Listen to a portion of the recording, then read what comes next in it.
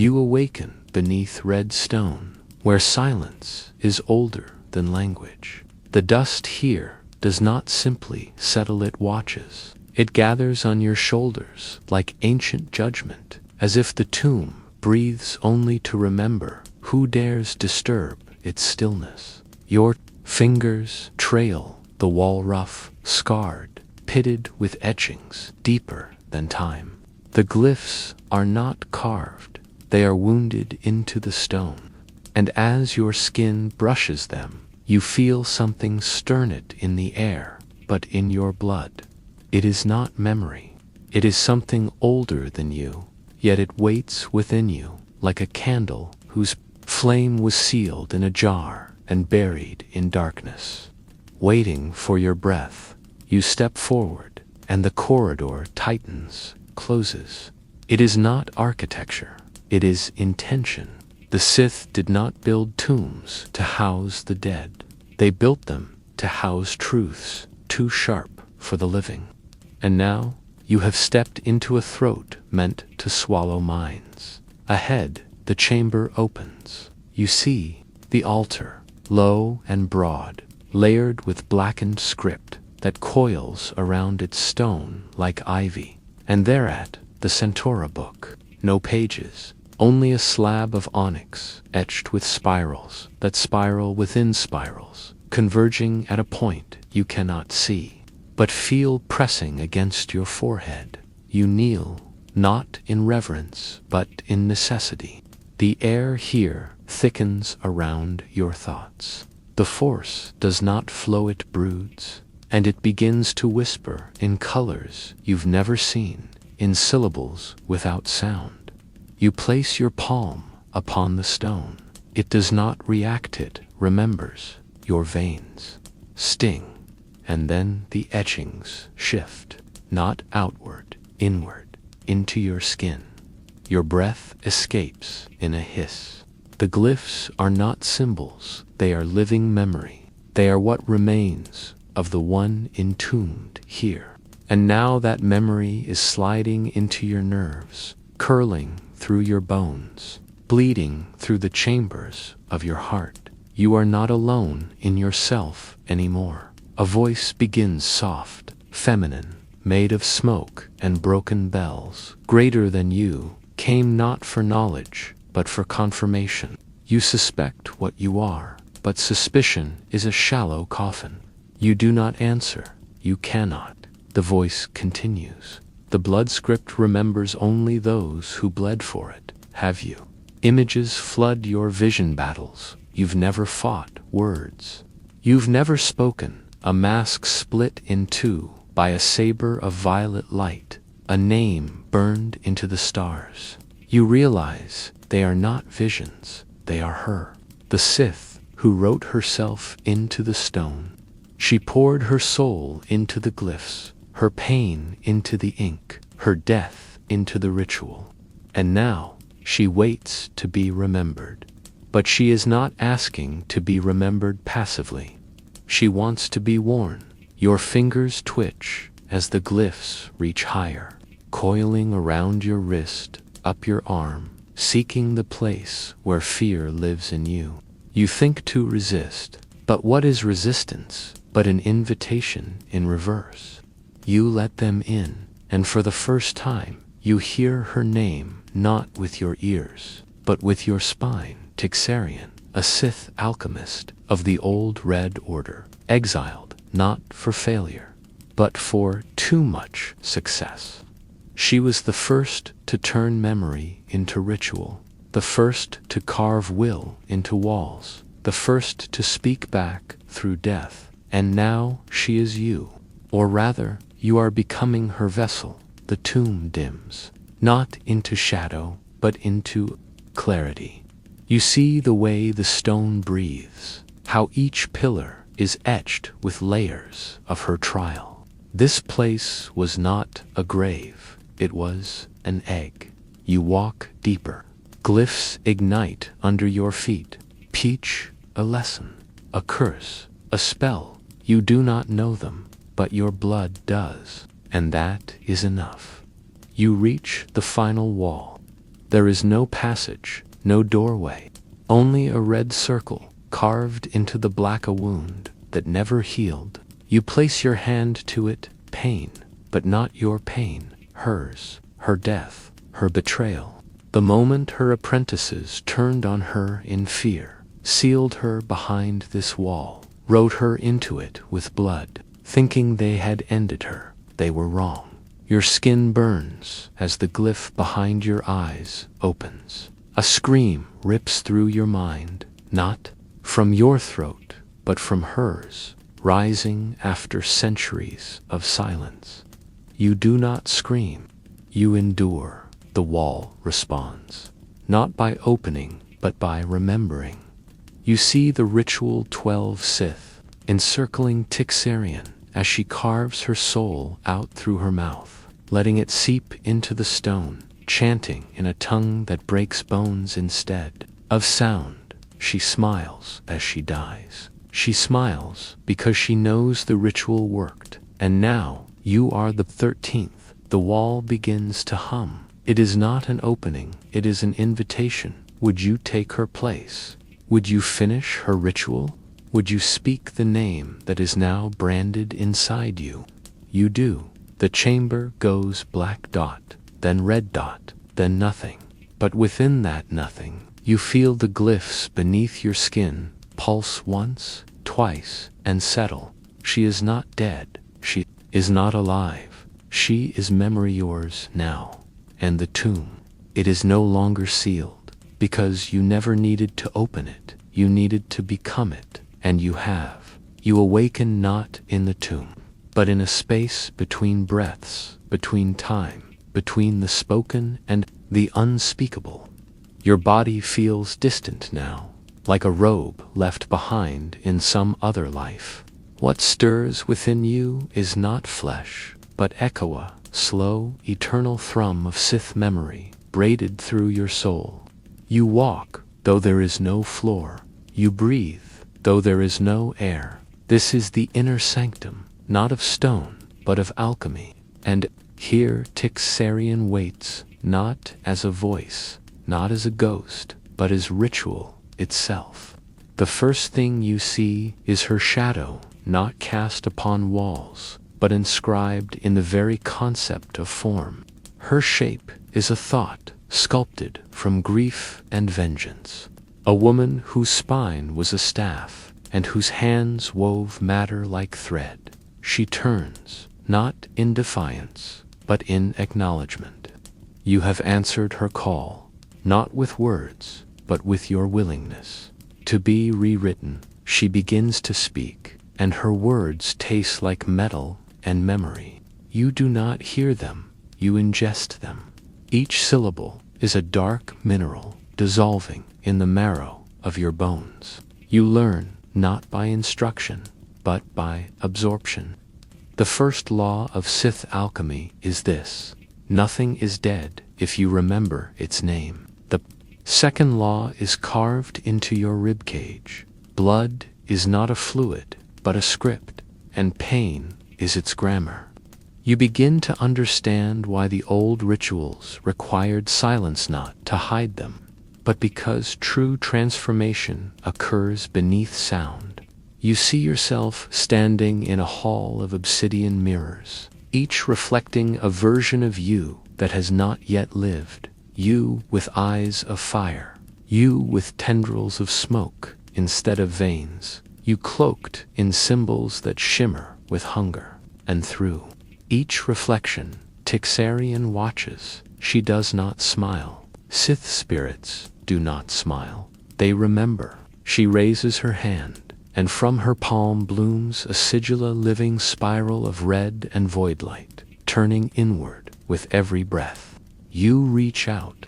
The moment your fingers graze it, the spiral dissolves into your chest, and you fall not downward, but inward.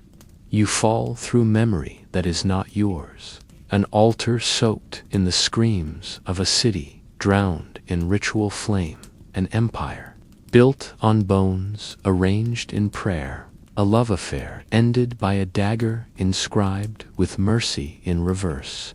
You fall until you reach the base of it all, a cave, wet and red and beating like a heart. This is the source, Tixarian says without saying. This is where alchemy begins, not in knowledge, but in wound. You wake again, but now the tomb is different. You are not a guest. You are the bone upon which it is built. The altar recognizes you.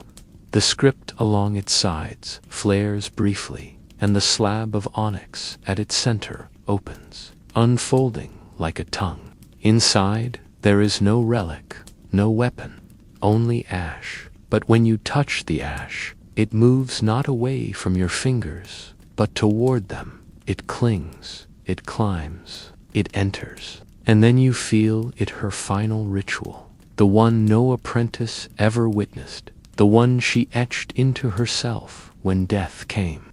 It is not power you feel. It is choice unshackled from consequence. SITH alchemy is not about creation or destruction. It is about translation, taking grief and making it form, taking fear and giving it hunger, taking time and folding it like cloth. You remember now why the Jedi feared her. It was not because she was cruel. It was because she understood that to love a thing was to want to change it, and to change something deeply enough was to become its god. The chamber begins to shift, walls folding like thoughts reconsidered. You walk forward, and the glyphs beneath your feet do not illuminate. Now they dim, as if humbling themselves before what you are becoming. The red circle on the final wall pulses again, but this time it does not hum, it sings, a low, slow chant in a language made of echo and ache. You press your hand to it again, no pain this time, only recognition. You feel the wall unravel, not as a barrier removed, but as a veil acknowledged, and beyond it another chamber. This one is vast and hollow, shaped like the inside of a skull. In the center floats a single object, a blade made of solid smoke, its hilt bound in sinew and memory. Tixarian speaks one final time. Every alchemist must shape what shaped them. This blade is not for battle, it is for inscription. You will not wield it, you will become it. You step forward, the blade senses you. It does not shimmer, it shudders. You reach, it enters. Your hand not as weight, but as question. You feel it, searching your memories, your shame, your silent oaths, and then it calms. You have passed the rite, not by triumph, but by transformation. The chamber fades, and the tomb closes, but you remain open. The Force whispers through you now, in cadences of change. You are not Sith, you are not Jedi. You are the one who inscribes meaning into wound, the one who listens to the silence beneath power. You walk out of the tomb, but it walks with you.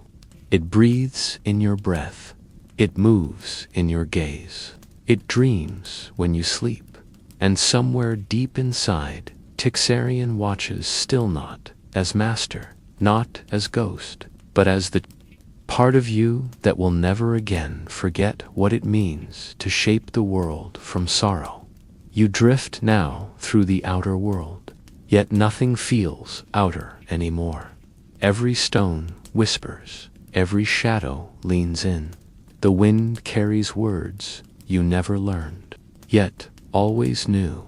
You walk beneath stars that flicker not with light, but with memory-old echoes of rituals long performed in silence and sacrifice. Tixarian sleeps inside you now, not as presence, but as architecture.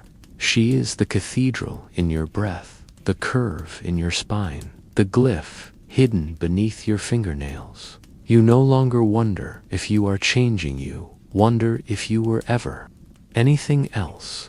SITH alchemy has undone your chronology. You live backward and forward at once. Each step you take is a translation of something sacred and wounded. You move through marketplaces, temples, forgotten valleys of glass and bone. And though no one sees the storm you carry, all feel it when you pass. Children cry for no reason. Old ones murmur your name, though they've never heard it. Even the force seems to lower its gaze. One night, beneath the broken pillars of an ancient tower, once ruled by Sith lords who fed on starlight, you begin to write not with ink, but with thought. The blade of smoke, the one that became you, slides from your palm as mist. Wherever its edge kisses stone, a new glyph blossoms. They are not Tixarians, they are yours. Your pain has learned its own alphabet.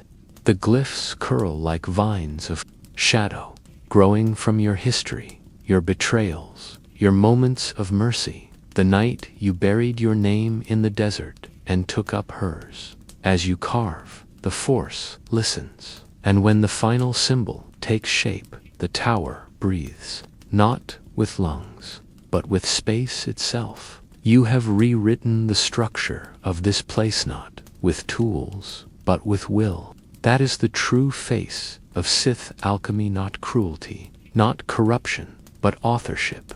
You journey onward, driven not by mission, but by metamorphosis.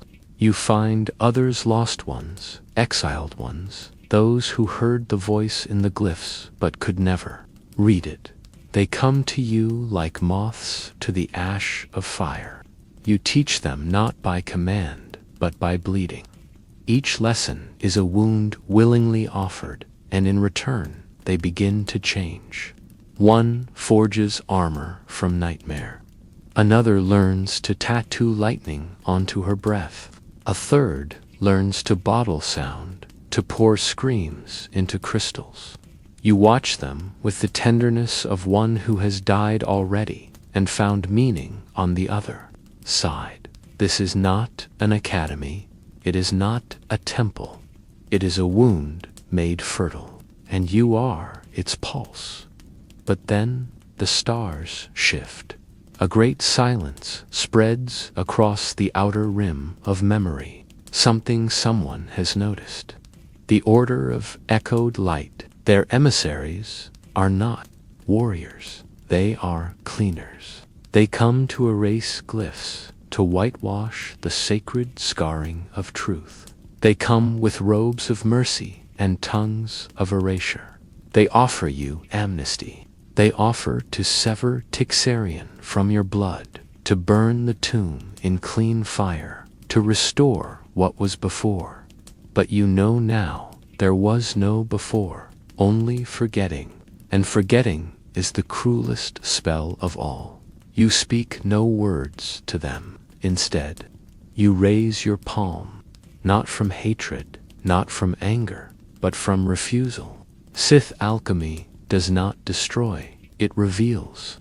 And the truth is, they were never whole. You did not break them. You simply showed them their fractures. You returned to the place where it began, the tomb, but it is no longer sealed. In fact, it is no longer there. Where once stood stone and red sand, now stands a living temple of flesh and glyph and breath. It is shaped like your spine, ribbed with memory, crowned with the blade of smoke, now woven into sky. You enter. You walk past the place where once lay. She is no longer there. She is no longer needed. You carry her forward, now not as burden, but as language. She has become your accent, the way your soul curves when it speaks. In the heart of the new temple, a pool waits, not of water, but of moments you've not yet lived. You kneel, you touch it. Images ripple, a galaxy torn and stitched, a child, born under a bleeding moon, who already knows your name. A final breath, exhaled into a crystal that will echo your story for 1,000 lifetimes. And beyond that, darkness, not of evil, but of possibility. You close your eyes. You let the glyphs beneath your skin dissolve. You let the blade of smoke become air. You let the ritual release you. You have done what no Sith has done before. You did not conquer death, you translated it as you rise. The Force bends gently around you, no longer resisting, no longer fleeing. It follows now. It listens now. And somewhere far beyond, in the deep folds of forgotten time, Tixarian finally smiles. You step into shadow, not to disappear, but to begin again. For you are not the end of the ritual. You are the next glyph. You find yourself standing at the mouth of a cavern veiled in scarlet fog, where the earth hums with the memory of names long unspoken. The soil beneath your feet pulses faintly, as if remembering the weight of rituals once performed in secrecy and desperation. You breathe in, and the mist enters you like a question mate, bitter, warm. It clings to the inside of your chest, painting symbols upon your lungs. Something has called you here, though it does not announce itself. It waits instead, watching to see if you will walk forward, if you will remember the thirst you buried inside your bones. You step in, and the light dims behind you, not by shadow, but by choice. The cavern does not close, it consumes. It is not a place, but a sacrament, and you have begun to drink. Each wall you pass is slick with condensation and song. The music is low and without melody, a kind of breathing that belongs to rock and time. You reach a passage where the red mist thickens into something tactile. Your hands move through it like cloth soaked in blood, and then you see it. The chalice resting atop a pedestal of broken helms, draped in bone chains. The cup pulses with inner light. It is not made of metal, nor stone, nor glass. It is made of memory. Its form flickers with each blink, as if unsure of the shape it once wore. You approach, and with each step, a different voice curls into your mind. Some whisper in delight, others in warning. You do not turn back. You cannot. This is not curiosity. This is return. The chalice has no guardian. It does not need one. Its danger is not in what it contains, but in what it reveals. You reach out. Your fingertips graze its rim, and the world stills. The cavern grows quiet, not with peace, but with anticipation. Then the chalice shivers, and the blood within it begins to swirl, not red, but black touched with starlight. You lift it. The weight is impossible. The cup is filled with history. You drink, not in haste, not in ritual, but in surrender. The first taste is fire, not heat, but recollection. The name Drelvox explodes behind your Iza, warlord who burned the outer moons of Teller Ix and carved his confessions into obsidian coffins. You see his face, you see his death, and more his thoughts, his grief, his unspoken desire. To be remembered not as tyrant, but as teacher. You gasp, and the chalice pulses. More names rise. Zar the Hollow, who taught her acolytes to bottle sorrow into crystals that scream. Lord Synthas, whose skin became scripture. Asterisk, asterisk, Morvain. Of the rift asterisk, asterisk, whose heart was replaced with a star that wept prophecy. Each name pierces you. Each one nests inside your spine. They do not wish to leave. They have found home. You drop to your knees, not from pain, but from weight. Your blood begins to churn, thickening with voices. Your veins glow faintly with violet light. The chalice slips from your fingers and floats above the pedestal, dripping trails of memory that hiss upon stone. The cavern responds. Glyphs ignite along the ceiling, curved, biting, fluid. The language is ancient SITH, but not of war. This is the dialect of confession, of secrets given freely in the last breath. You begin to understand this chalice was never meant to grant power.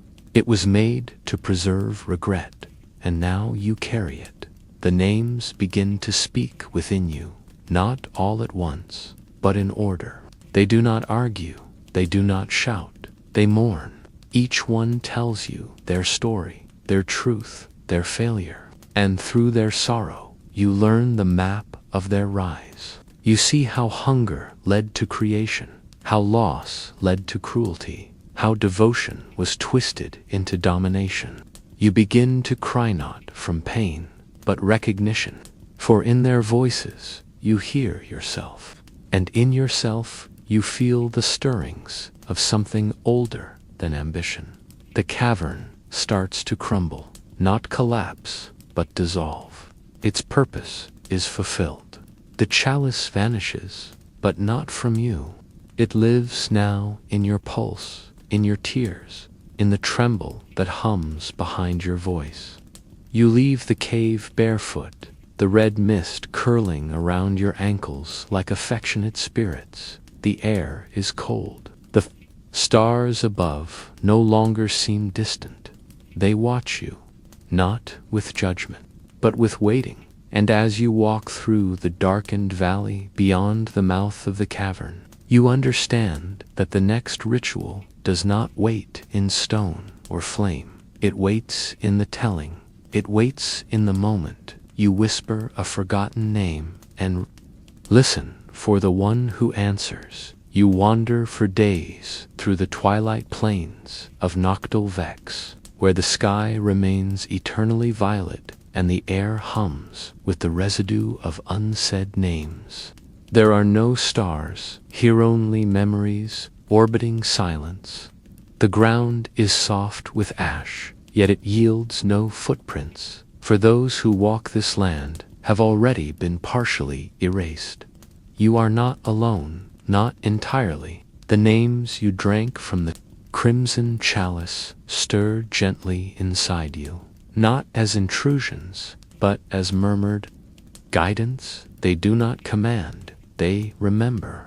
You begin to hear them more clearly, now layered beneath your breath, curled within your heartbeat, echoing softly through your bones. They speak of a sanctum hidden in the marrow of the planet, a place where the lords who were forgotten buried their echoes before death. You feel the direction before you know it. Each step becomes a sentence, each inhalation a translation. You move through hollow forests of petrified bone, where the trees whisper in SITH tongue, reciting prayers so ancient even their meanings have worn thin. The wind carries scents of dust and dried ink, as if every breath the land exhales was once a page torn from a history too dangerous to preserve. When you finally reach the sanctum's entrance, there is no door, no wall, no threshold, only a sensation of passing through something that used to be real. And within, a hall spirals downward into the earth, lit by floating braziers that burn with black flame that does not flicker, but breathes in perfect stillness. The walls here are lined with masks, not ceremonial, but lived in. They stare back at you, each one carved from obsidian and bone, etched with symbols of grief. You understand now, these are not just relics, they are names. Each one belonged to a Sith Lord whose memory was too painful to keep and too dangerous to forget. They chose to hide their legacies here, behind masks that absorb identity, like wells absorb rain. You walk the spiraling corridor, and as you pass, some of the masks tremble. They recognize the blood in your veins. You feel Drelvox stir within. You whispering a familiar sigil beneath your tongue. When you speak it, one of the masks flares with sudden fire and then falls silent. It does not fall from the wall. It folds inward and vanishes. You understand the purpose of the hall. This is not a tomb. This is a reckoning. You reach the sanctum's heart-a-wide, circular chamber ringed by low pillars carved to resemble kneeling figures. In its center is a basin filled not with liquid, but with strands of silver memory that twist like smoke underwater.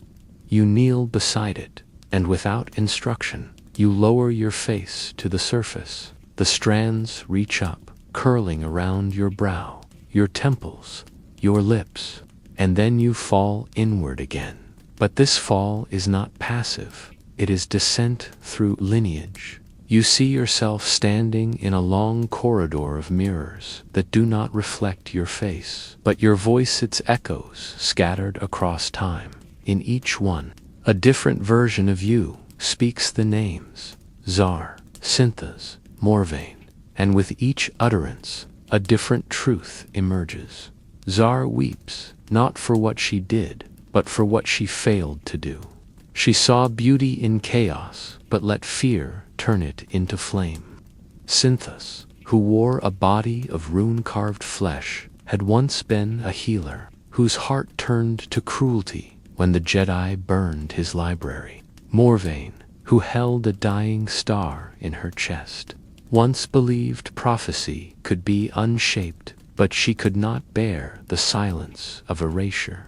You absorb them now fully, their full weight settling into your marrow. They do not consume you, they build you. When you rise from the basin, the chamber is different.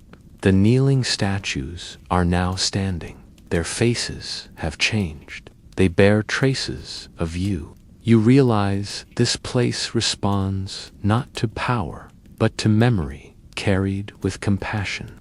You walk toward the far wall, and it opens not by motion, but by permission. Beyond it lies a narrow bridge suspended over a chasm that echoes with distant weeping. You step onto it, and each plank you cross forces a name to rise from your mouth. Not theirs, yours. The names you abandoned, the names you wore in youth, in fear, in hope. With each name, part of you falls away until only the one remains. The you that has no title, no cloak, no fear. The bridge ends in a chamber of silence. At its center, you find a mirror of black crystal, rippling with unsaid truths. When you look into it, you do not see your reflection. You see those who will one day drink from the chalice after you. Their faces are unknown, but they already carry your voice in them. You reach forward and place your palm on the surface. It is warm, it pulses, it breathes, and in that moment, you understand the final secret of the chalice. It was never meant to be held, it was meant to be passed. You exhale. The names within you sigh together. Harmonized at last. You are not the end of the line. You are the one who remembers the forgotten, so they may guide the ones yet to come. You leave the sanctum with no destination in mind, only the rhythm of breath and memory. The names within you no longer clamor, no longer burn, they rest, folded into the chambers of your heart like sacred notes in a sealed scroll. The land around you shifts subtly with your presence. Trees bend their branches, not in fear, but in recognition. Stones no longer remain inert, they glow faintly as you pass, responding to the weight of your knowing.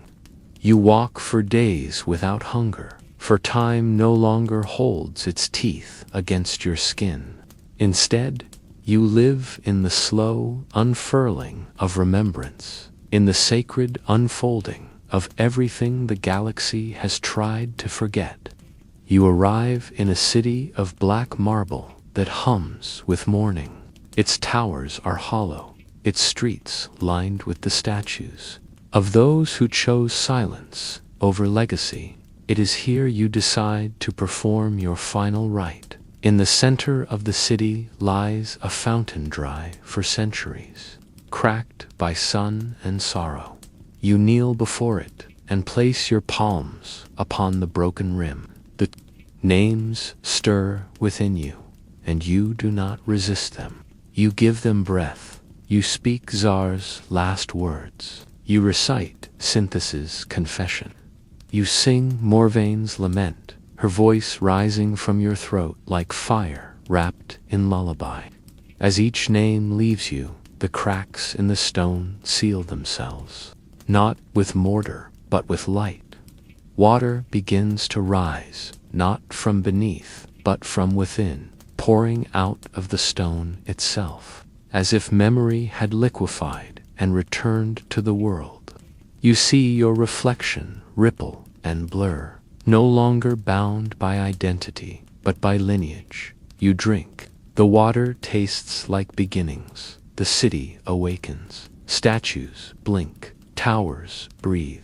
1,000 whispers rise from every corner, some joyous, some grieving, but all tethered to you. You have done what none dared to attempt. You have remembered those who chose erasure. You have lifted them from the vaults of time and offered them dignity without demand. They do not kneel, they do not rise, they walk. Beside you, together, you gather in the plaza beneath the moonless sky, where the force thickens like honey. You speak the ritual of severance, not to cut, but to root.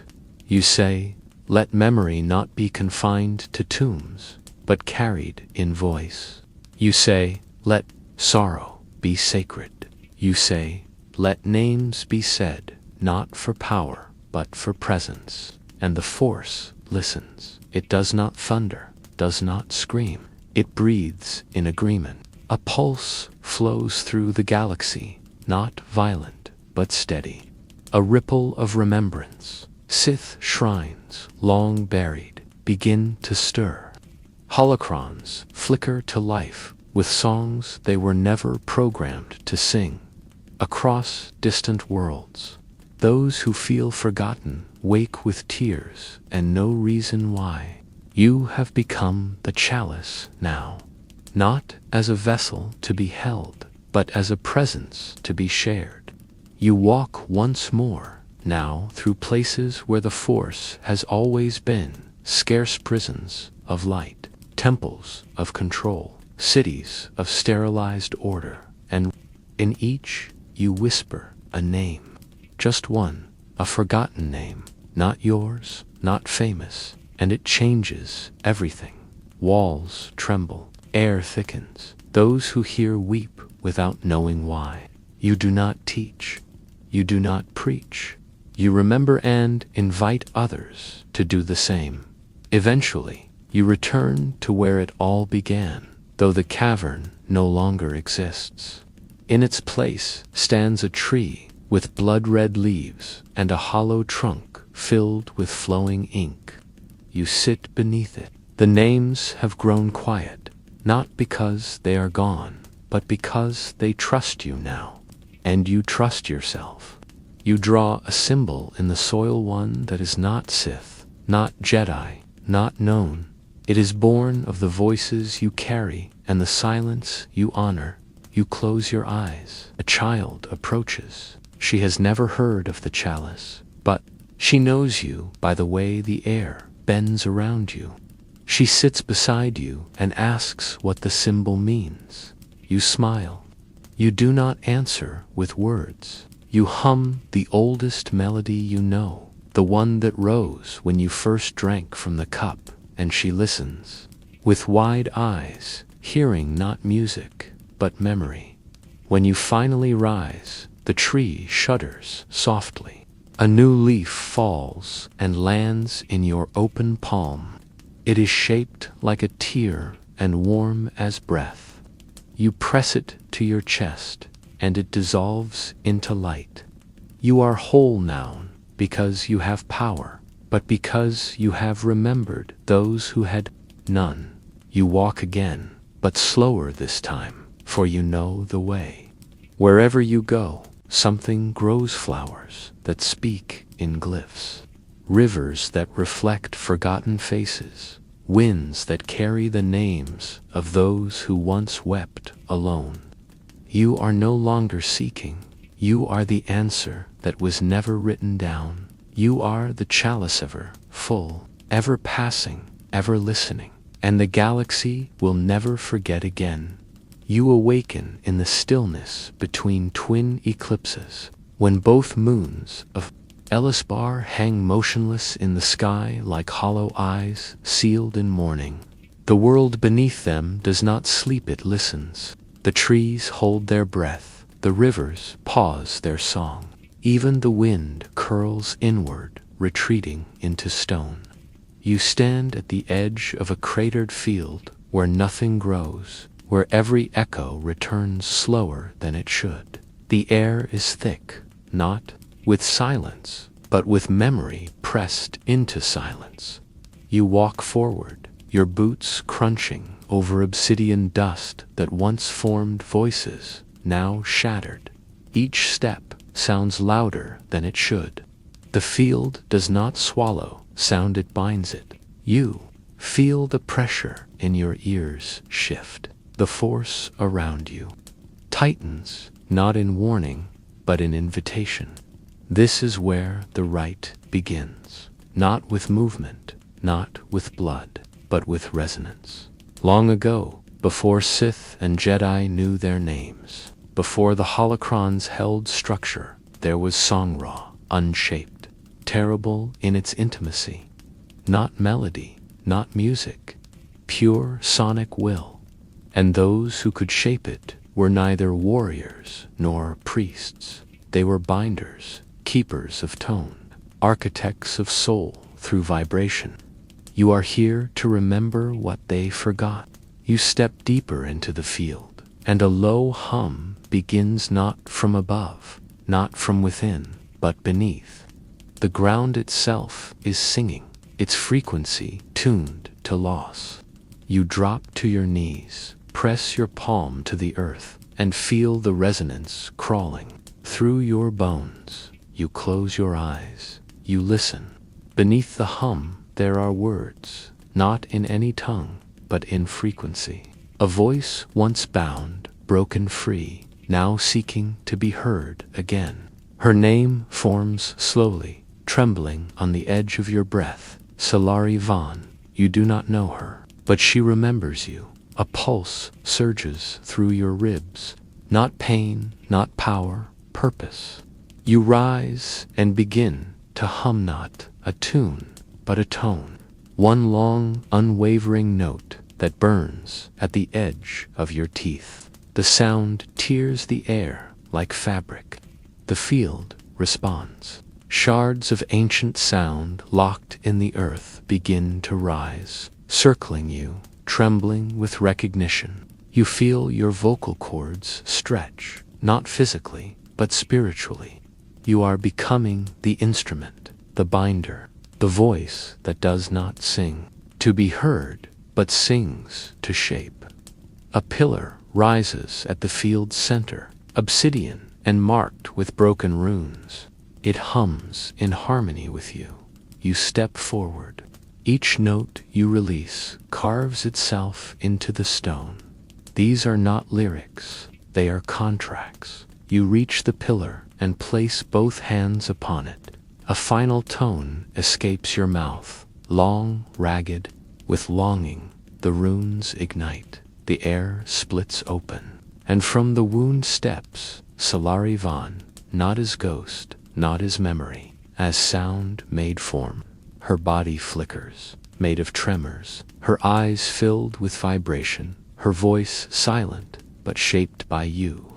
She stares, and in that gaze you hear her final scream, the one she released before her soul was locked in pitch and time. You do not flinch. You match her frequency, and she weeps.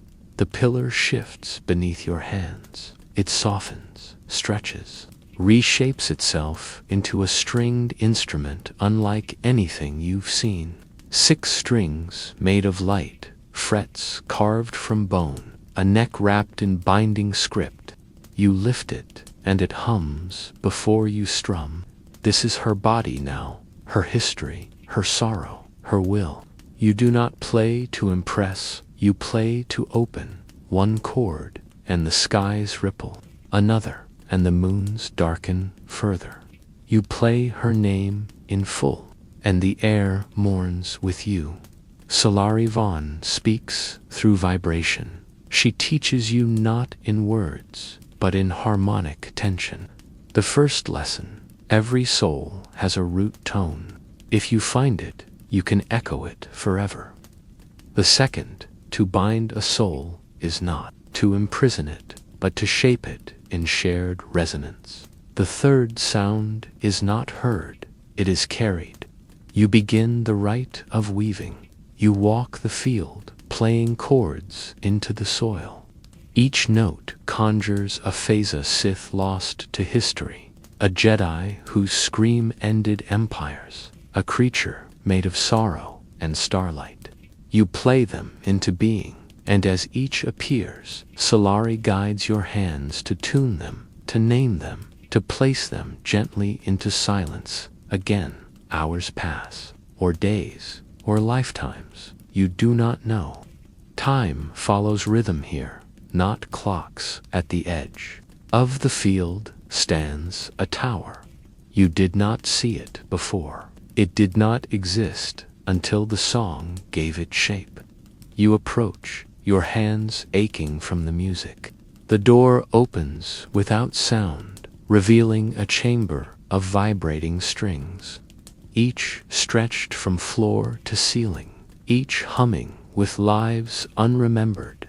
You step inside and understand this is not a structure. It is a choir of the dead, waiting for their names to be played. You lift the bone-necked instrument, and it shifts in your hands, becoming softer, fuller, resonant with Solari's breath. You play, and the tower answers. Each string lights up, one by one. Faces form in the air, some weeping, some laughing, some burning with old betrayal. You play until the tower itself begins to tremble, its frequency matching yours, its soul unfolding note by note. Then, silence, not emptiness, fulfillment. You set the instrument down. Solari fades gently, not in sorrow, but in peace. Her form dissolves into one final vibration that wraps around your throat and enters your chest. She is not gone, she has become your root tone. You step out of the tower. The moons have returned, but they shine not in white or silver, but in soft red and violet, the colors of sound unseen. You hum once more. The field bows, and somewhere in the stars, a silence. Sighs, no longer forgotten. You do not return to the world the same. The sound lingers in you, like breath held between lifetimes, and every word you speak carries an undertone, not your own. Villages you pass through fall quiet when you arrive, not out of fear, but reverence. Children stop mid-play, dogs lift their heads, even the birds pause mid-flight, as if listening to the echo that trails behind you. You have become an instrument. You feel it now in your spine, every step a chord, every blink a tremble through invisible strings stretched across space and memory. Solari Vaughn hums beneath your ribs, a presence without shape, her frequency folded into yours like a harmony, no longer distinguishable from the melody. You seek no destination, only vibration. You walk until the land itself shifts in response to your silence, and then you know you've arrived. A lake of black water lies before you, still and flat as glass, its surface unmarred by wind or touch, but beneath it movement, slow and resonant. This is not water. This is sound made liquid, waiting to be shaped. At the lake's center stands a tower of bone and crystal, impossibly tall and narrow, spiraling toward a sunless sky. The binding spire, once sung into being by the earliest soul weavers, now forgotten by all but the water and the wind. It is said those who reach its top can pull the soul tone of a world from its silence and give it voice. You step into the lake without hesitation. Each ripple is a memory unspoken, each chill a sorrow left unsung. You wade waist deep, and the weight of every name you've ever heard gathers in your throat. You do not drown, you hum. The lake responds. It parts not with violence, but with reverence, clearing a path of dry stone leading to the tower's base. You walk, and the path closes behind you, sealing your way back. This is the rule of the spire. What is remembered must be carried forward, never returned. The tower greets you with a resonance that makes your bones shiver. You place your hand on its surface, and the crystal warms beneath your touch. It opens, not like a door, but like a mouth remembering how to speak. Inside, the spiral staircase hums with 100,000 forgotten songs. With each step, a voice joins you, soft, distant, never quite your own. The first few are clear, lost Sith acolytes, Jedi archivists, dreamers whose names were too strange to survive. But as you ascend, the voices blur, they overlap, they harmonize you. Climb for hours, days perhaps, the tower echoing not in sound, but in meaning. Each level you pass is marked with a tuning fork carved from the bones of extinct beasts, vibrating gently in the key of grief. You do not stop. At the final landing, you find a chamber of mirrors, not to reflect the face, but the tone. You stand in the center and begin to hum your root note. The chamber shimmers. One mirror darkens and shows Solari as she once was. Before she was bound, her body lithe and her eyes fierce with love unspoken. Another mirror glows with violet fire and reveals a younger version of yourself, unsure and angry, desperate to be heard.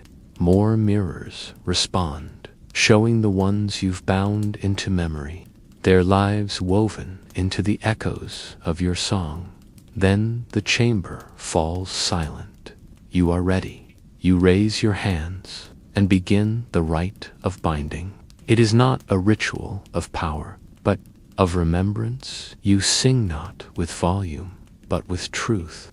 A note for every soul forgotten, every scream lost in war, every whisper stolen by fear. The tower listens. It begins to shake, not in anger, but in response. The crystal in its walls fractures, not with destruction, but revelation. Through the cracks pour tones, long buried, fragments of lullabies, sung by ancient voices, battle, hymns whispered before the last breath, names spoken only once and never again. They fill the room. They fill you. You fall to your knees. The song continues through you, not as effort, but as essence. You understand, now sound is not what you make. It is what you remember. Solari's voice joins you, layered above yours. And then others, Sar, Synthas, Morvain, Tixarian. You have become their vessel, not as prison, but as home. The tower breaks open at the top, revealing a sky no one has seen in 1,000 years, a canvas of raw vibration, black and purple, where stars hum their names in steady rhythm. You reach up, not with hands, but with tone, and the sky answers, A. Single string descends golden thick, humming with potential. You grasp it. It does not resist. It recognizes you. And with a final chord, you bind it not to power, not to place, but to soul. Your soul. The sky flares. The tower sings. The lake below trembles. And all across the galaxy, those who have forgotten suddenly remember not with clarity, but with longing. They hum without knowing why. They feel warmth in old scars. They speak names they never learned. You descend the tower slowly, the golden string now coiled around your wrist. Like a vow, the lake has changed. It is no longer black, but deep violet, pulsing gently with light. As you step onto the shore, the path remains behind you this time. The tower does not close. It watches. It waits. It understands you will return. You begin to walk once more, and with every step, you play a note into the world. A new tone, yours, woven. With all you have carried, the planets listen. The force pauses, and a new song begins. You walk into the night, not as a bearer of song, but as song itself. The tone inside you no longer trembles, it guides. Your breath moves with rhythm. Your thoughts shimmer with resonance. And every motion you make is accompanied by an unseen echo. You are followed by nothing and everything. The ghosts of frequencies. The shimmer of long-forgotten syllables. The quiet applause of stars that once screamed. The golden string wrapped around your wrist hums faintly, a promise yet to be fulfilled. You follow its vibration across barren plains and through forests that do not whisper, but listen. Creatures emerge in your path, none speak, none flee. They feel the music in your stride. They understand you are no longer human in the way the galaxy measures such things. You are tone given shape. A harmony, UNBURIED. The journey brings you to a ruin drowned in Tima City, carved into the side of a crescent cliff. Once a cradle of SITH soundbinders who sought to use vibration to bend stars to silence. The wind sighs here in strange keys. Every gust is a failed chant. Every echo, a spell that once reached too far. The people who lived here turned sound into weapon, into cage, until the tones they commanded turned against them and sang their bones into dust. You step over shattered spires that hum when touched. You enter a temple whose dome cracked from trying to contain the grief of 1,000 forgotten tongues. In its center, a dais remains circular, still glowing with the faint breath of power. The golden string pulses harder. You know now, this is the place where the final binding must occur. You approach the dais, and as you step upon it, the air stiffens. Your heartbeat sinks with something older. The string unwraps from your wrist and floats upward, elongating into a web of light that wraps around the entire chamber. Threads stretch into walls, into ceiling, into floor. The ruin becomes an instrument again. You stand at its center, breath shallow, soul open. The names rise within you once more. Solari, Tixarian, Morvain, Czar, Synthas. Each tone finds a thread. Each memory finds a note. You close your eyes, and you begin to hum. This is not a melody. It is release. The web responds, lighting up with each vibration, drawing sound from your throat and casting it into structure. The temple sings. It sings back every name you carry. It sings your name. It sings the names of those who were never born but dreamed into silence. It sings the tones of stars that died without witness. you begin to cry, not from sorrow, but from unity. You are not holding the music anymore. You are held by it. The chamber becomes a choir, a living memory, a breathing library of sound. And at its crescendo, the threads pull taut, and the golden string splinters not in destruction, but in birth it becomes many. Dozens of strands fall gently to the ground, coiling like vines made of lullabies. You collect them in silence. Each is still humming. You carry them to the edge of the ruin, where the cliff gives way to open sky. One by one, you release the threads into the wind. Each floats outward, glowing brighter as it departs, seeking someone across the stars whose silence aches for meaning. These threads will find them. These threads will carry the names. These threads will tune new instruments, and the music will continue. Because you sang, you remain for a time, listening. The galaxy has changed, not loudly, not visibly, but deeply. In villages where grief once festered in forgotten corners, people now wake with songs in their mouths. In ruins buried under war, flowers bloom in patterns, shaped like glyphs no one taught.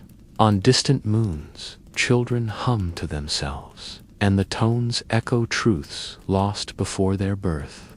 You walk among them, quiet, unseen. You do not need to be known. You are the echo that teaches. You are the silence that listens back. One day, a child finds Uberfoot, curious, eyes wide with questions she does not yet know how to form. She carries no blade, no talisman, only a note, a single note held in her throat like a dream. You kneel before her. You place a hand on her chest. You feel her frequency. It is pure. It is new. You hum it back to her, and her eyes widen in recognition. She smiles, not because she understands, but because she remembers. Somewhere inside her, she has heard this note before, maybe in sleep, maybe in grief, maybe in the quiet between stars.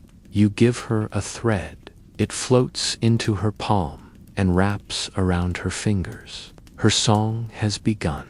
You step away, fading into the background as the next note rises. You leave no monument. You leave no grave. You leave no grave. You leave only vibration.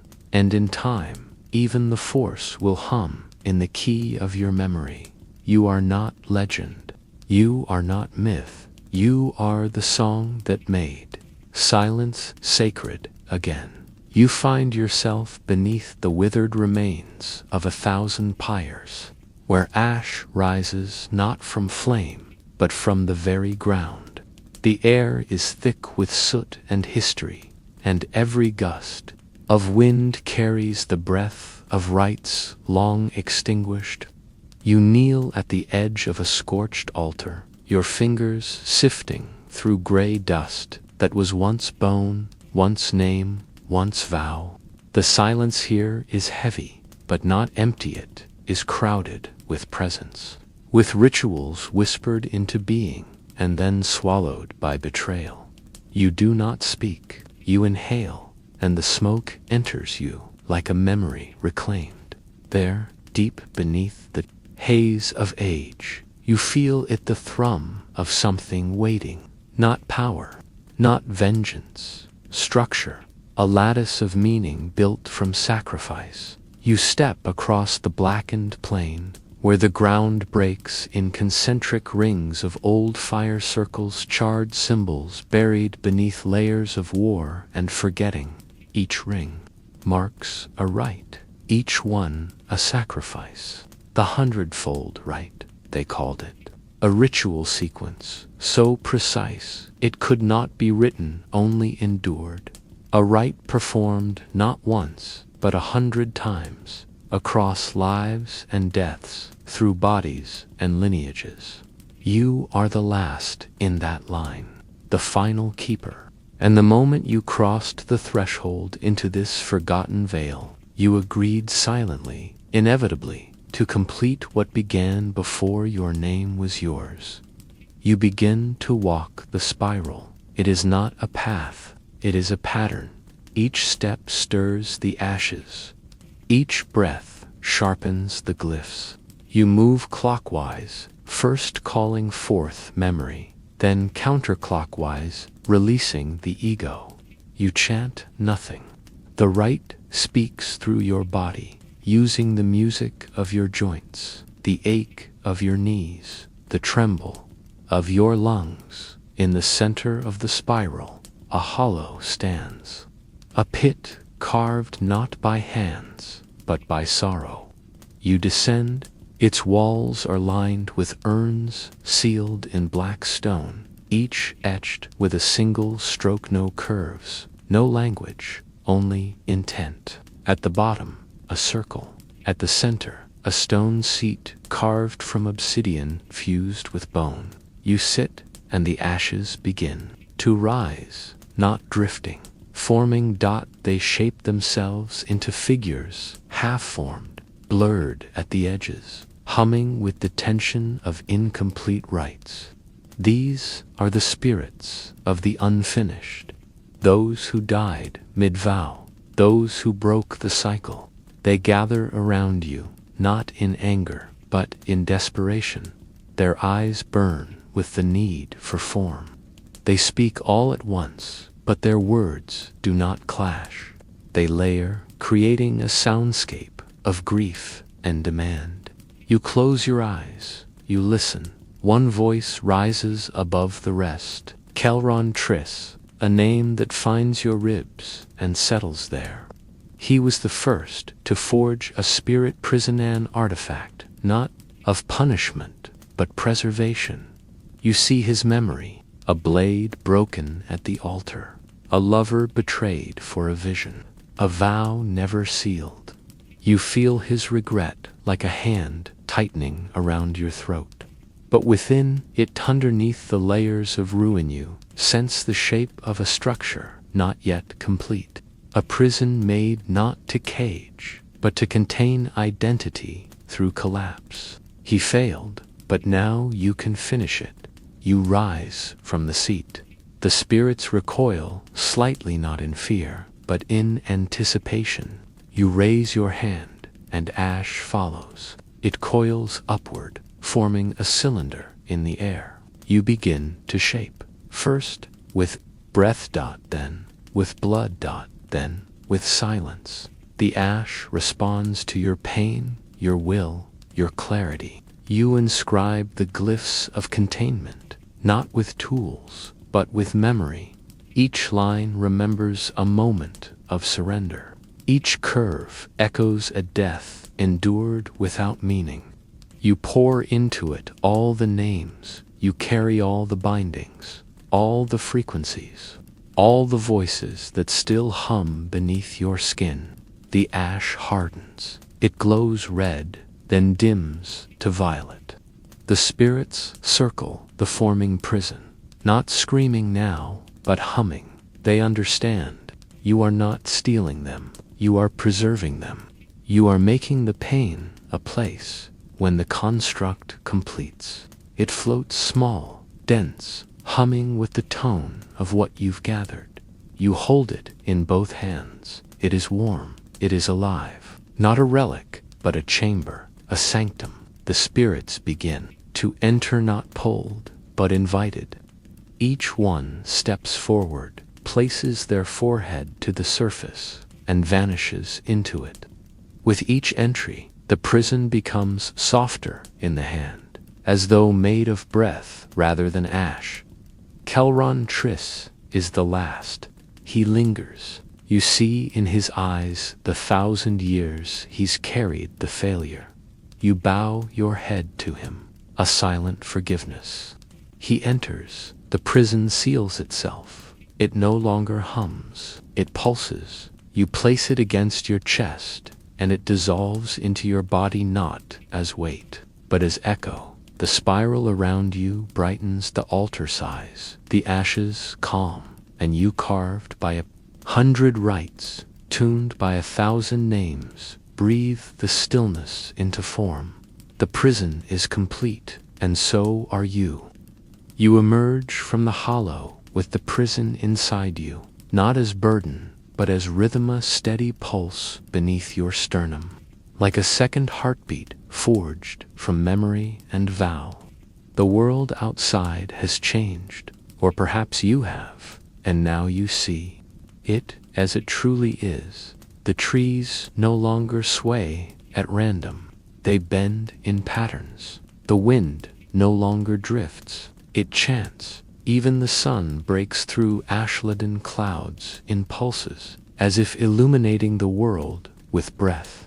You walk, and the ground beneath you responds. Runes glow faintly where your feet fall, echoes of the rites that have passed through your blood. You are not alone. Though your form walks singular, the voices inside the spirit prison whisper in unison, their presence anchoring you to purpose. Far in the north, beyond the veiled divide, lies the Temple of Graven Resonance, a structure carved into the cliff face of an extinct volcano. Its spires, shaped like outstretched arms, its chambers, designed to catch the cries of the dying and preserve them in eternal vibration.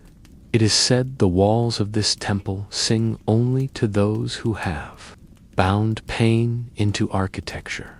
You go there now, not from ambition, but because the prison calls toward it. The steps leading to the temple are steep and carved from obsidian, so worn it reflects not your face, but your history. You see not yourself in the mirrored stone, but the rites, the failures, the thousandfold cries of those who shaped you. At the summit, you place your palm against the gate, and it opens, not with sound, but with stillness. The air inside is thick and quiet, as though holding breath. Pillars line the hall, each inscribed with winding glyphs that pulse in slow waves, reacting to your presence. At the far end waits a dais, circular and layered with concentric rings of etched bone. This is where you must place your spirit prison, but you do not remove it from your chest. You kneel. The act of surrender is the ritual. As your body folds, the prison begins to emerge, not breaking through skin, but phasing outward, drawn by the temple's will. It hovers above the dais, spinning slowly, a sphere of ashlight, humming with layered memory, and then the temple begins to respond. The walls vibrate with deep tones, harmonic waves that fold over one another, like weeping voices shaped into structure. You recognize some of them: Solari's trembling breath, Synthes's murmur before exile, Kelrin's silence when words failed. But there are new tones, now tones born of your journey, your choices, your reshaping. The spirit prison opens like a flower made of smoke. Threads of light extend outward, touching each pillar, binding your memory to the stone. You feel the rite completing, not ending, but expanding. This is not a vault, it is an instrument. You rise, and the temple's choir deepens. The chamber now holds your frequency, your structure, your sacrifice. The prison shrinks slightly, becoming a seed of resonance. You place it in the hollow at the center of the dais. It melts into the bone, fusing with the temple, locking your journey into the sacred resonance that will vibrate through time. You do not weep, you do not speak, but the walls sing a farewell, a soft, low lullaby without language. You leave with no artifact, no weapon. You leave with absences, sacred emptiness shaped by completion. Outside, the sky cracks open, not with lightning, but with red light bleeding from the horizon. A storm of ash approaches. You do not retreat. You raise your arms, and the wind carries you not from the ground, but from the moment you move through the storm, your body tethered to nothing but the sound of breath, the whisper of names long buried. You travel eastward, where the fields of hollow flame stretch endlessly beneath a twilight sky. Here, the SITH once bound spirits, not to preserve, but to torment, twisting will into chains, forcing the dead to serve as guardians of greed. You walk into these fields to undo. Each step you take shatters one of the old bindings. You sing nothing. You speak nothing. But the presence inside you, the structure, the echo of completion, resonates outward. Ghosts rise, not in rage, but in confusion. Their chains turn to dust. Their eyes widen in remembrance. You touch no one, but they feel you, and they depart. Not into darkness, but into stillness, into the space between memory and silence. You walk for days, your shadow lengthening behind you like a staff of smoke. And when you reach the last hill, where the wind ceases and the stars begin to blink anew, you stop. There stands a woman. She carries no blade, no torch, only her hands covered in ash. She nods. She has heard your resonance. She offers you a bowl made of bone and asks for your voice, not a command, a request. You sing not loud, not grand, just a single note shaped from every name inside you. The bowl catches it, glows faintly, then stills. She seals it with wax and walks away. You will never see her again, but you know she carries the tone to a distant place where your prison will echo once more, guiding others to shape their own. You walk on, lighter now, emptied only of what needed to be freed, and the temple behind you hums in steady rhythm, low, soft, eternal.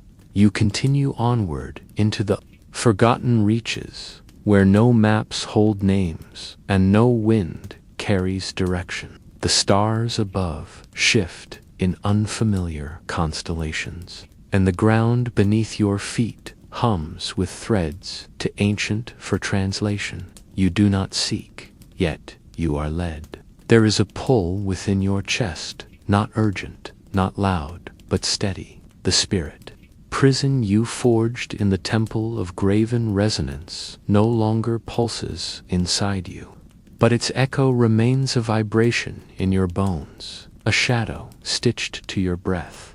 Every place you pass remembers you now.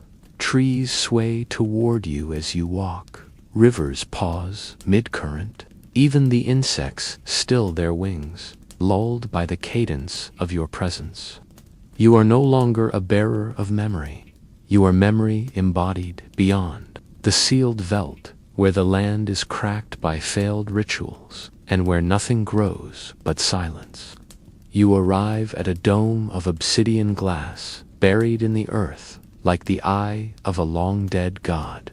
It pulses faintly, not with light, but with recognition.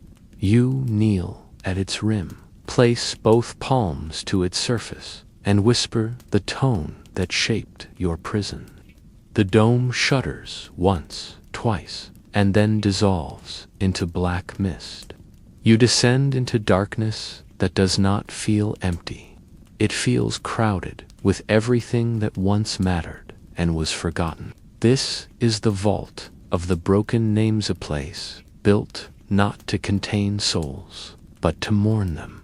You walk through corridors etched with glyphs that flicker only when you pass. Faces appear in the walls, some weeping, some wide-eyed in shock, others broken open with laughter that never found peace. They do not speak, they remember, and they wait.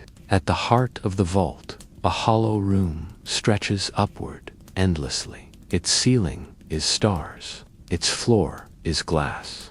And in the center, a platform shaped like a mouth waiting to sing.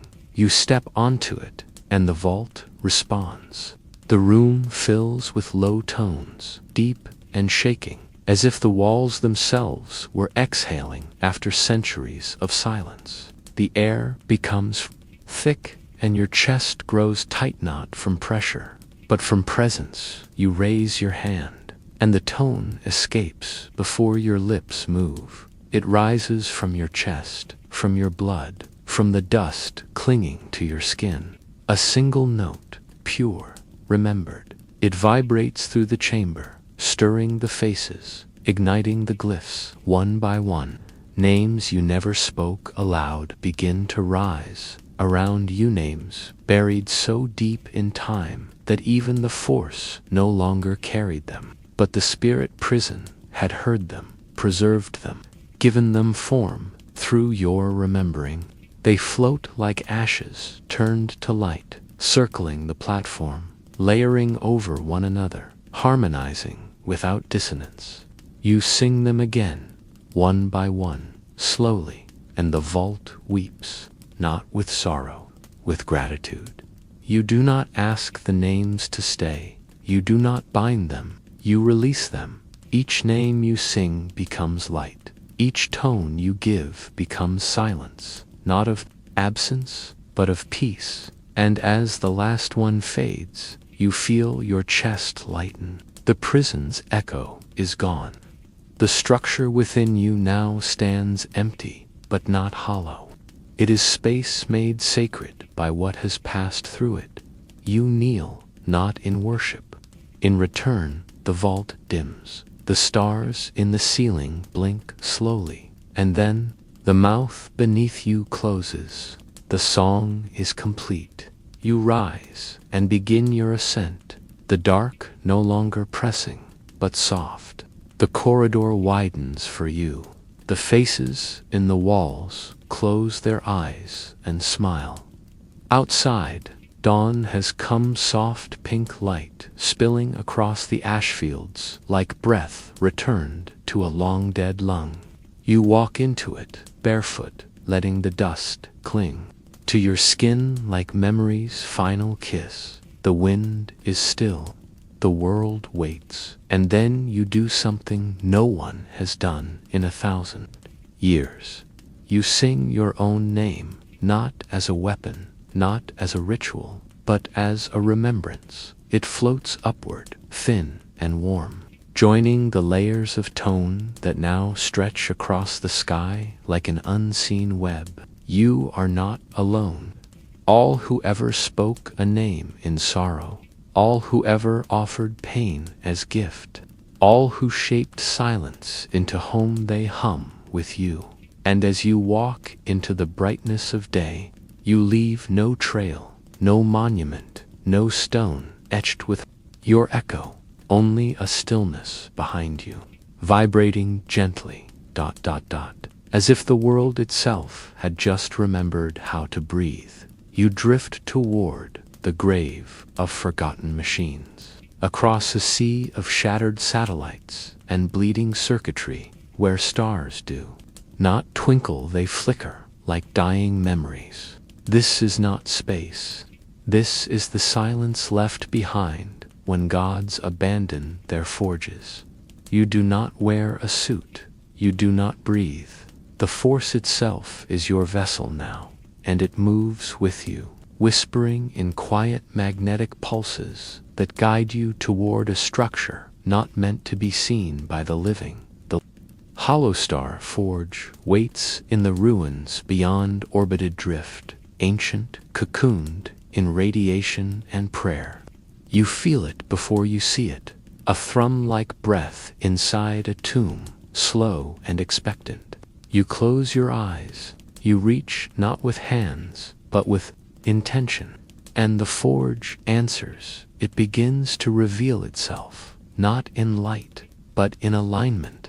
Metal plates shift, cosmic debris parts, and suddenly it is there, massive, broken, incomplete, and yet humming with purpose. The forge does not gleam, it absorbs. Its surface is made of alloy and bone, wrapped in coils of language no longer spoken, its hull layered with failed attempts at permanence. You land upon it gently, barefoot, and the floor greets you, not with welcome, but with memory. Every step is heavy with resonance. Every vibration beneath your heel carries a past you did not live, but now must remember. The forge was built not by hands alone, but by SITH alchemists who sought to give the force a spine, to shape power into permanence, to render ambition into engine. And they nearly succeeded.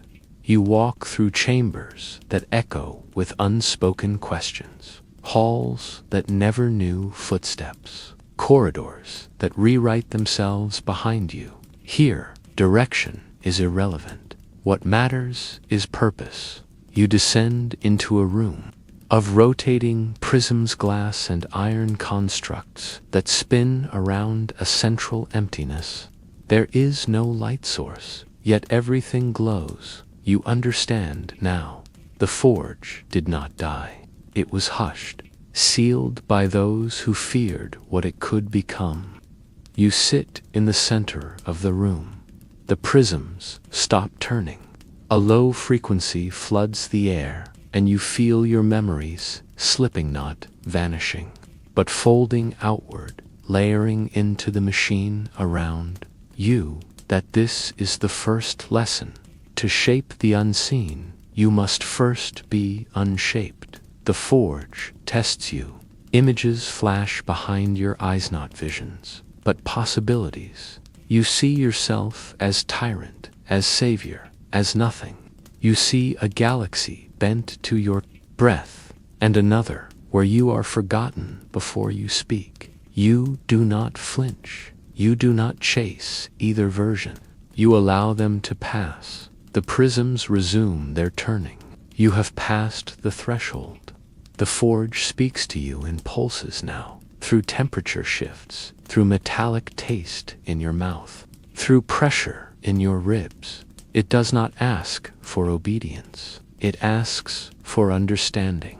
You descend deeper. At the heart of the forge lies the matrix chamber, shaped like a dying star wide, and collapsing inward, the walls etched with spirals that seem to breathe. In its center floats the core, not a crystal, not a coil, but a wound. Not words, but tones, those you have carried through ashes and shadows, through prisons and tones and forgotten names. The core listens. You reach toward it, and as your fingers near, it moves, stretching toward you, seeking. You let it touch your skin. It spreads, crawling up your arms, across your shoulders, down your spine. It does not hurt. It remembers. It shows you the map of yourself, not your flesh, but your frequency. You see every time your voice trembled in truth. Every moment your silence was a spell. Every name you carried that was not your own. The liquid binds to these points. Marking them, you have become the blueprint. Now the forge begins its work. Structures form around U-frames of light and metal. Equations whispered in magnetism. The room darkens, not with absence, but with potential. You raise your hands, and the core responds. Together, you shape, not ships, not weapons, ideas, forms, pure intention, given contour. You craft a vessel of silence, a sphere of remembrance, a sword that sings only when grieving. You build with vibration.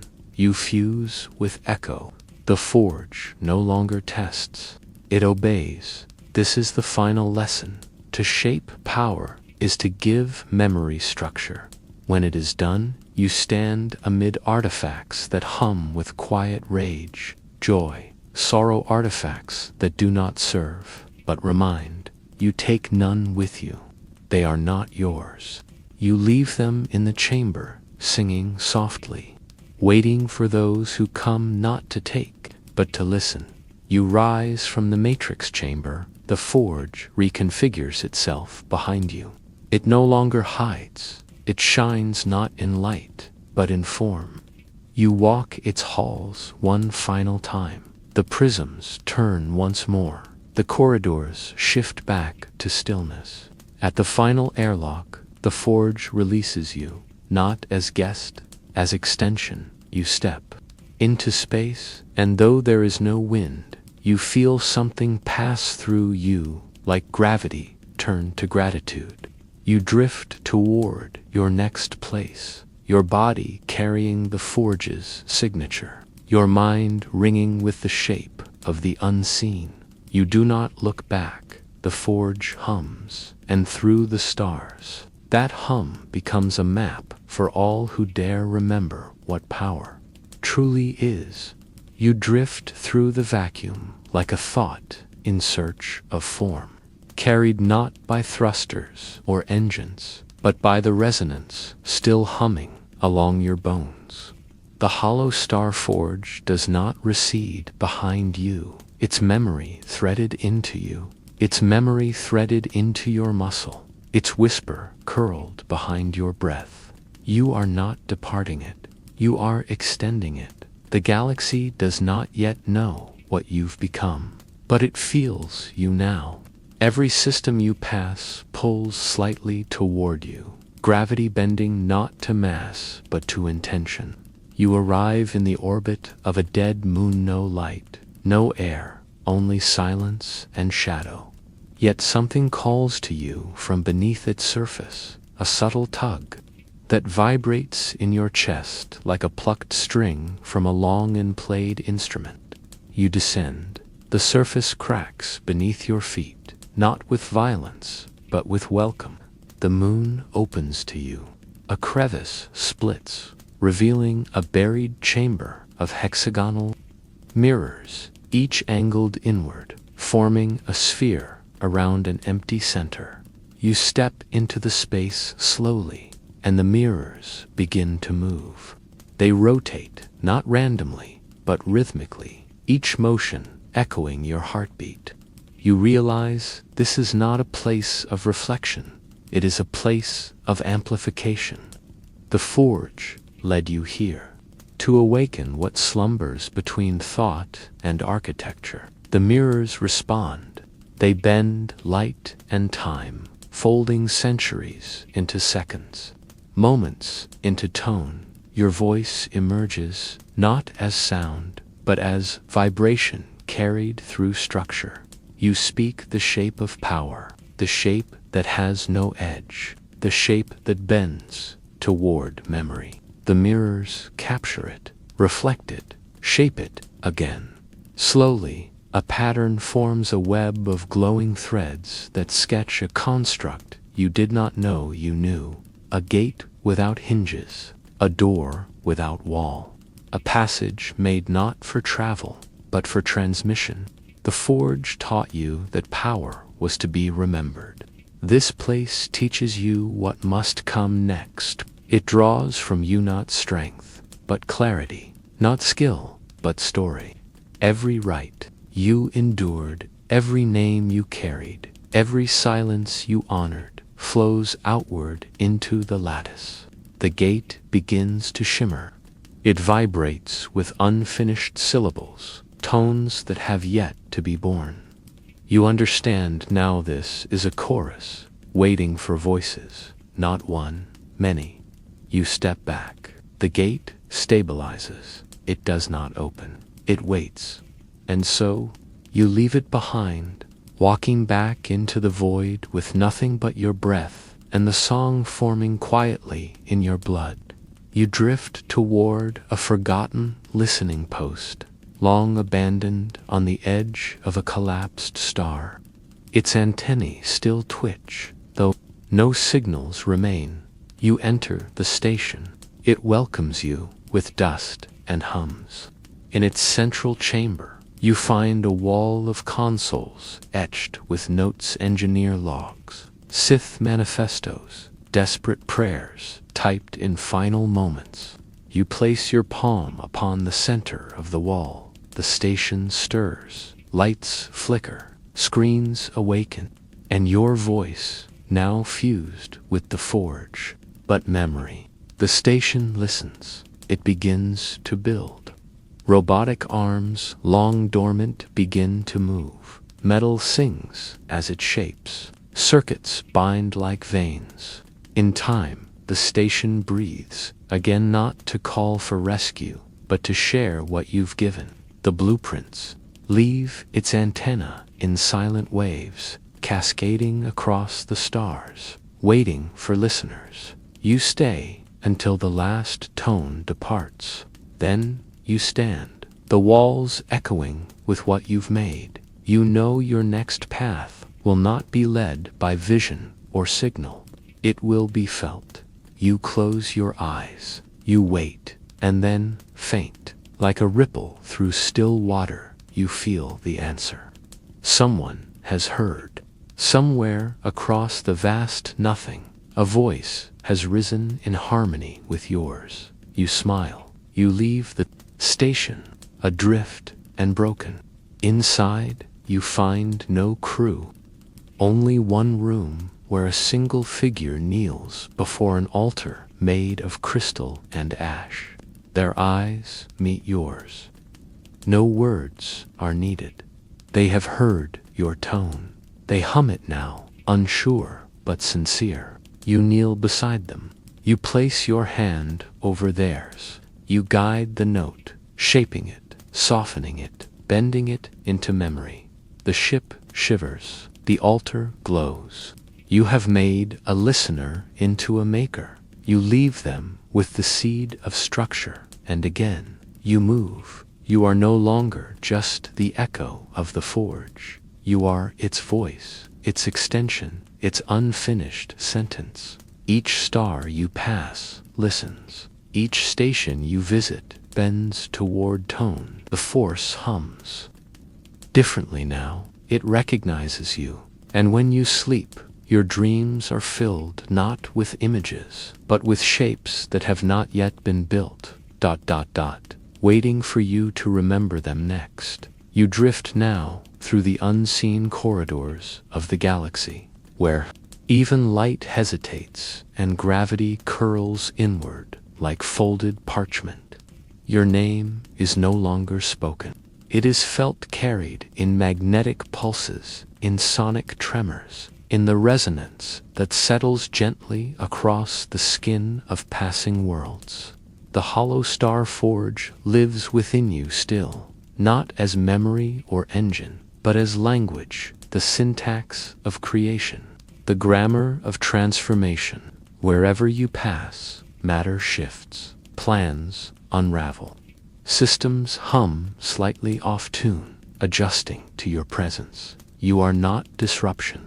In time, you find yourself pulled once more not by need, but by invitation. A planet of red haze and fractured stone waits at the edge of a void storm, where storms chant in low frequencies, and time loosens its grip. The people here do not know you, but they have built a monument in your shape. It stands in the center of their city, unfinished, asymmetrical, carved from meteoric iron and singing crystal. It hums with curiosity, not worship, a question waiting to become architecture. You walk through their streets, cloaked in silence, yet the children hum your note without knowing why. Warmth. The elders bow their heads, not out of reverence. You approach the monument and place your hands upon its raw surface. It pulses. It recognizes your shape, but not your meaning. That is what it asks you now, not who you are, but what you are. You answer not with speech, but with motion. You move slowly around it, fingers trailing across stone, humming the shape of your journey. The monument responds. It shifts beneath your touch, not melting, not breaking, but remembering what it might become. Cracks fill with light, edges smooth, and then sharpen. The structure leans inward, toward its own completion. Around you, the citizens gather. They bring no tools, only presence. You guide them through the tone low, steady, open, a single vibration stretched across thousands of throats. The monument blossoms. From its core rises a crystal chamber filled with threads of light, each one a story, each one a structure. You leave nothing behind but a frequency that will echo in this place long after their names are forgotten. You walk on dot through nebulas shaped like dying thoughts, through moons that bleed silver dust beneath your steps. You arrive at a rift-a-wound in space, held closed by forgotten will. It shivers as you near, a tear sealed by pain, humming with the voices of those who vanished into it. You do not approach with caution. You sing slowly. The same note that opened the forge, the same vibration you whispered to the matrix core. The rift bends toward the sound, trembling. It does not open, it unfolds. Inside is not void, it is potential you pass through. On the other side, a galaxy forgotten, fragmented, scattered, stitched together by tone alone. Here, planets orbit, not stars, but songs. Cities grow like chords, sending, descending, never still. And at the center of it all, a structure, larger than the forge, older, quieter. The unbuilt cathedral. Begin to rise. You do not guide them. You remember them into place.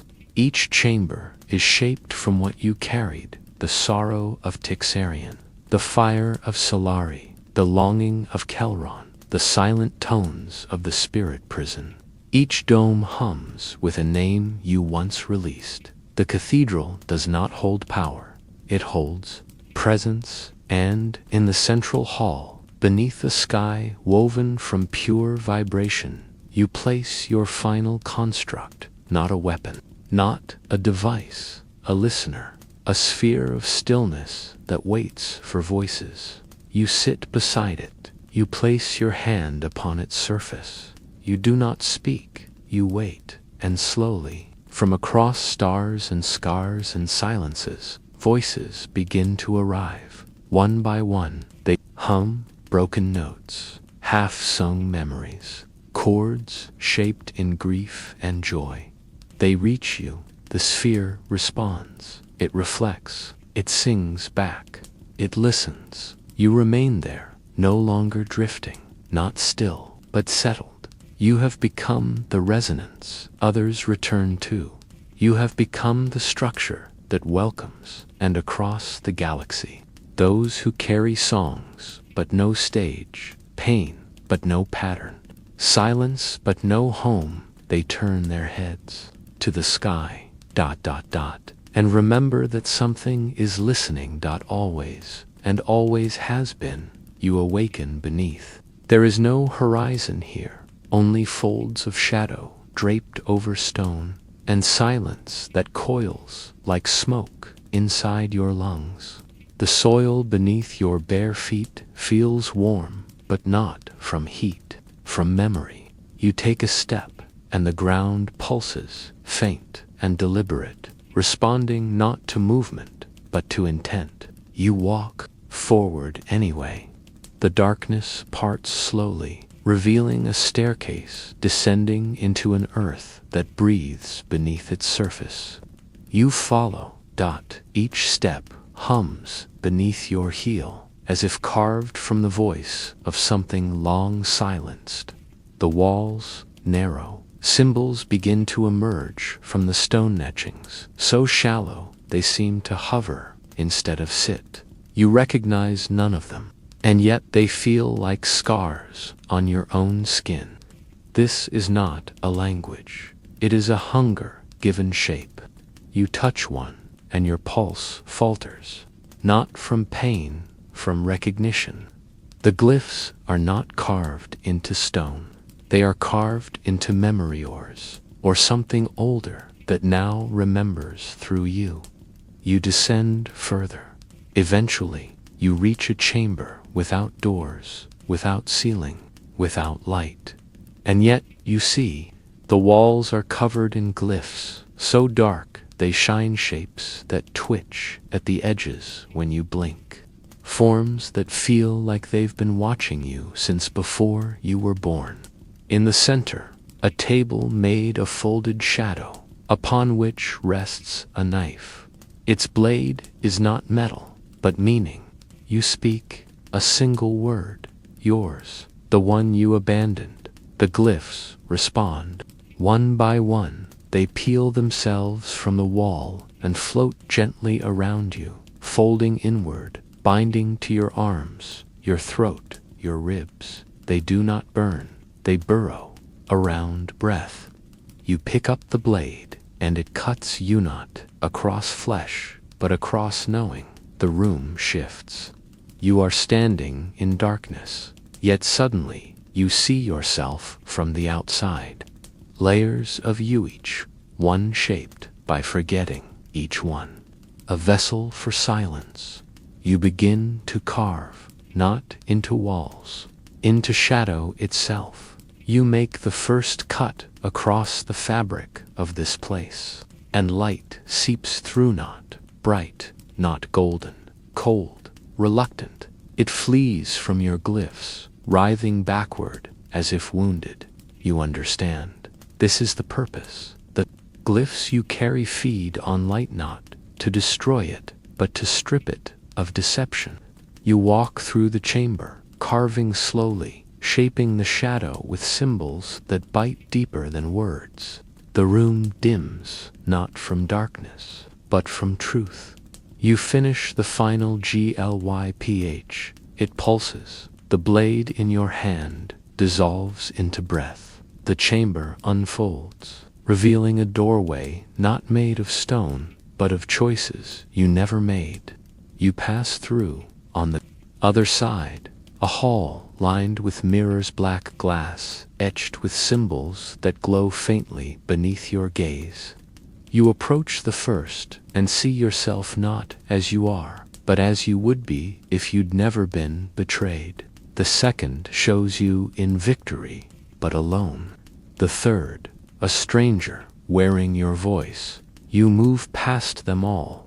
You reach the final mirror. It does not reflect, it absorbs. You place your palm to its surface, and it yields. You enter, and suddenly, you are standing on a cliff of bone, overlooking a sea made of sound. The sky above you is filled with names, millions, tumbling through clouds, shaped like mouths. Each name screams silently as it falls into the sea. You understand? From the force, you kneel. You carve the glyph, once more not into stone, but into wind, and the sea calms. The names stop screaming. They begin to hum. You whisper your own. You fall. But this is not death. This is entry. You descend into something vast and nameless. Something not meant to be held, but you do not resist. You shape it. You carve your glyph one final time. This time into the very breath of the galaxy. And it listens. You fall without end. And yet, at no point do you feel lost. The descent is not downward, is inward, peeling through the strata of your own forgotten selves. Each layer opens like a page, to long sealed in ash, through chambers made of your own unspoken thoughts. And when the descent stops, it is not with impact, but with stillness, so complete it hums. You stand in a void shaped like a cathedral, black walls breathing in slow cadence, ceiling stretching into eternity. The glyphs move across the surface like oil upon glass, slick and unreadable until they form your shape-on outline of who you were before you carved the dark glyph. You do not speak here. Words would shatter the geometry of this silence. Instead, you move. With every step, the void changes, shifting in response to the rhythm of your presence. You Approach a dais made of folded dusk, its surface reflecting no light but vibrating gently beneath your gaze. Upon it sits a tome bound in nothingness, sealed shut by threads of forgotten names. You reach for it, and the threads recoil, sensing what you carry within you. The glyph beneath your skin stirs, rising up through your hand, your throat, your chest. You place your palm upon the tome. The seal breaks. It opens with a sound like reversed thunder, a breath inhaled by the dark. Pages flutter, each inscribed with symbols that twist as you try to read them. But you do not read, you listen. The pages speak in tones, some low, some sharp, some stretched like lamentations that never found form. The tome is not a book. It is a prison for spells that never finished, rites abandoned, maledictions too complex to be held in language. The dark glyph you carry begins to tremble. It hungers, not to consume the spells, but to complete them. You trace your finger across the first incantation. It binds to you like flame to breath. The spell does not cast. It asks, "Will you remember me?" You nod. The glyph tightens around your ribs, anchoring the spell within your marrow. The second page opens, this one colder. It asks not for memory, but for shape. You touch it, and your shadow grows long and pointed, carving a triangle beneath. You etched in questions. The right flows into your blood. The third page demands nothing. It simply enters. You feel your spine straighten, as though carrying a weight suddenly recognized as yours. Spell after spell joins you, not like armor, but like lineage. When you reach the final page, the tome offers no glyph, no sound, no symbol. It offers you a reflection. Your name, written backwards, inverted, stricken through, then rewritten in a script you now understand. The page is blank. You touch it, and suddenly the chamber folds. You stand now in a place not meant to be remembered. A city beneath time, lit by lamps that hum in forgotten frequencies. All around you walk others, figures made of shadow and silence, their bodies inscribed with glowing glyphs like yours. Some nod as you pass, others kneel, none speak. They do not need to. You are among those who carved the glyph into reality and survived. You walk to the center of the city, where a spire rises not high but deep, plunging into the ground like a needle into a pulse. At its base lies an altar shaped like an eye, its surface trembling with light that cannot escape. You approach. The glyphs in your skin glow softly now, less like fire, more like echo. You place your hand on the altar, and the spire responds. The city stills. Beneath your palm, a new glyph forms, not from you, but from what you have become. It is not the dark glyph. It is its evolution. A symbol that does not consume light, but questions it. A shape that holds contradiction without collapse. The altar hums. The ground trembles. Above, the city shudders. Your name echoes across the void, not shouted, not whispered, but offered. You have carved the glyph. You have completed the tome.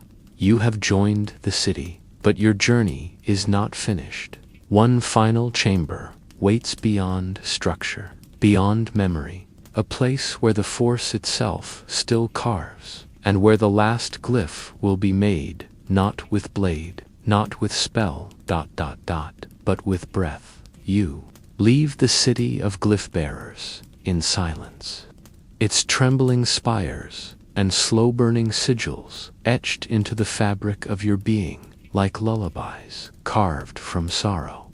There is no farewell, no final glance. These are not beings that cling.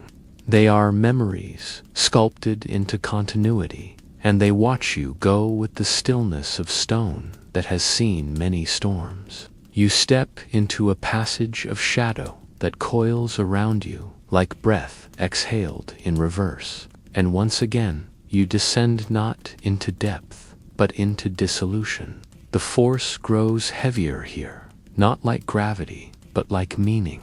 Every step feels like a sentence spoken across lifetimes, and as you move deeper, the glyphs upon your skin begin to flicker.